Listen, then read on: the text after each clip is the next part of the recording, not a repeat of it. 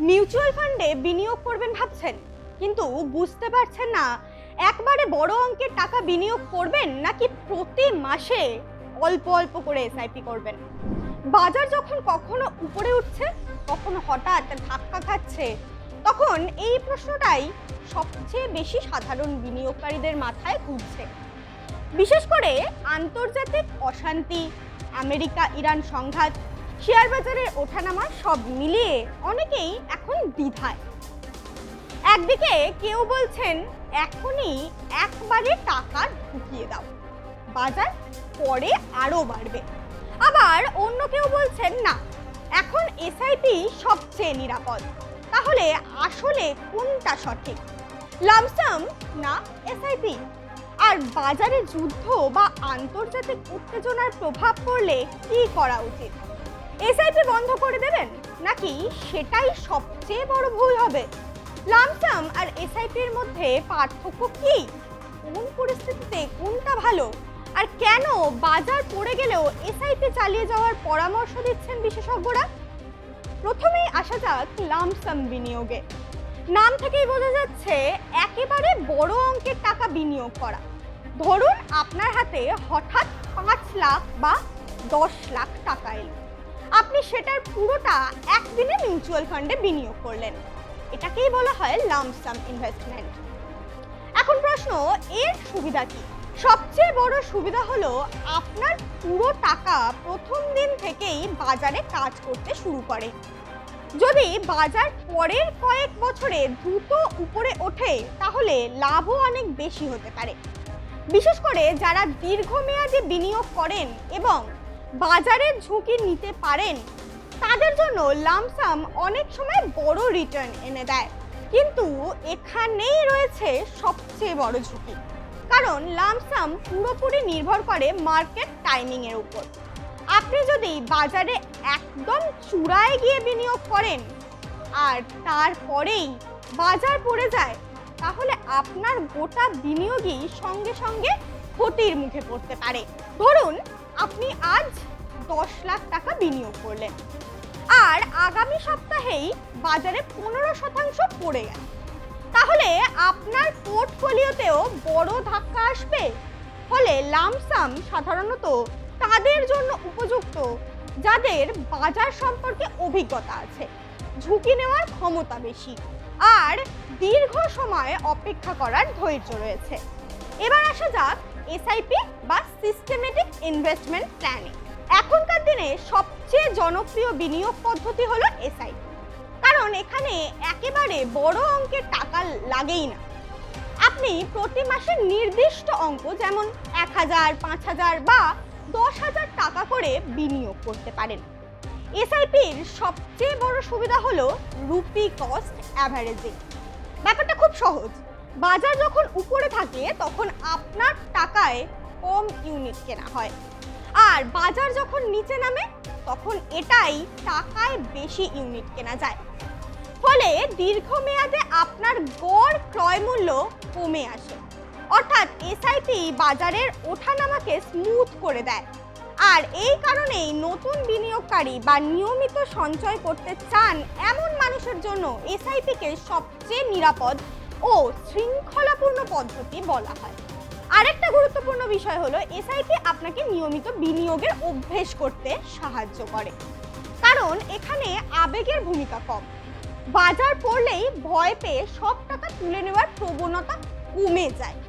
এখন প্রশ্ন, যদি কারো হাতে বড় অঙ্কের টাকা থাকে কিন্তু বাজারের অবস্থা নিয়ে ভয় থাকে, তাহলে কি করবেন? বিশেষজ্ঞরা বলছেন সেক্ষেত্রে একটা হাইব্রিড স্ট্র্যাটেজি ব্যবহার করা যেতে পারে। সেটাকে বলা হয় এসটিপি বা সিস্টেমেটিক ট্রান্সফার প্ল্যান। এখানে কি করা হয়? অনেকেই ভাববেন এসটিপি কি।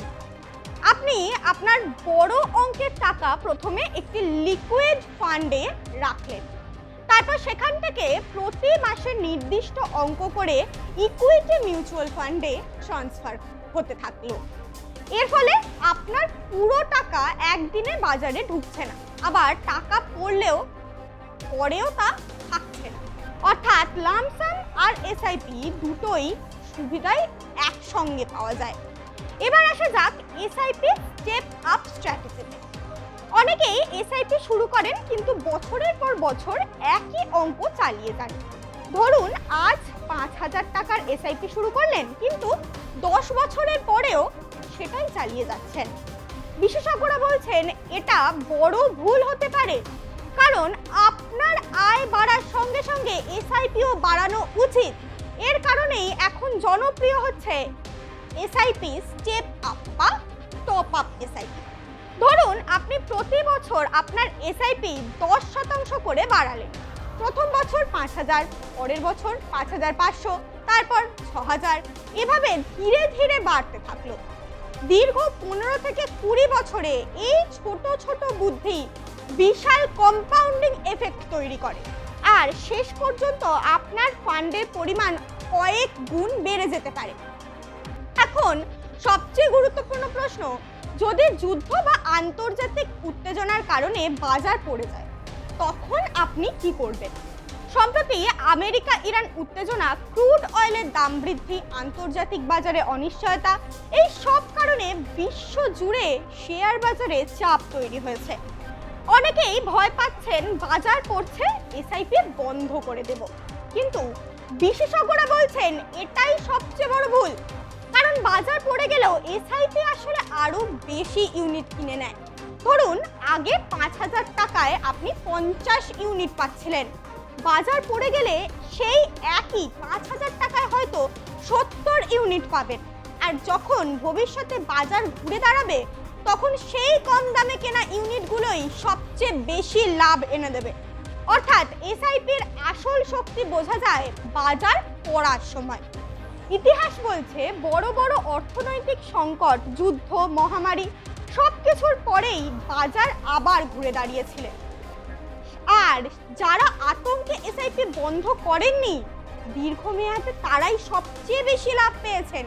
তবে একটা বিষয় সবাই মনে রাখতে হবে, মিউচুয়াল ফান্ডে বিনিয়োগ বাজারের ঝুঁকির সঙ্গে যুক্ত। তাই বিনিয়োগের আগে নিজের লক্ষ্য, ঝুঁকি নেওয়ার ক্ষমতা এবং সময়সীমা বুঝে তবেই সিদ্ধান্ত নেওয়া প্রয়োজন।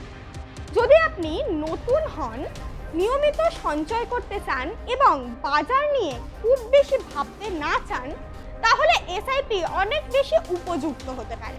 আর যদি আপনার হাতে বড় অঙ্কের টাকা থাকে, দীর্ঘ সময়ের জন্য বিনিয়োগ করতে পারেন এবং বাজারের ওঠানামা সামলানোর মানসিকতা থাকে, তাহলে লামসামও কার্যকর হতে পারে। সবচেয়ে গুরুত্বপূর্ণ বিষয় হলো আতঙ্কে সিদ্ধান্ত না নেওয়া, কারণ বিনিয়োগ সবচেয়ে বড় লাভ হয় ধৈর্য থেকে। আজকের বাজারে যুদ্ধ, রাজনৈতিক অস্থিরতা, সুদের হার, মুদ্রাস্ফীতি সবই বদলাবে, কিন্তু দীর্ঘমেয়াদে শৃঙ্খলাপূর্ণ বিনিয়োগই সম্পদ গঠনের সবচেয়ে বড় অস্ত্র হয়ে থাকবে।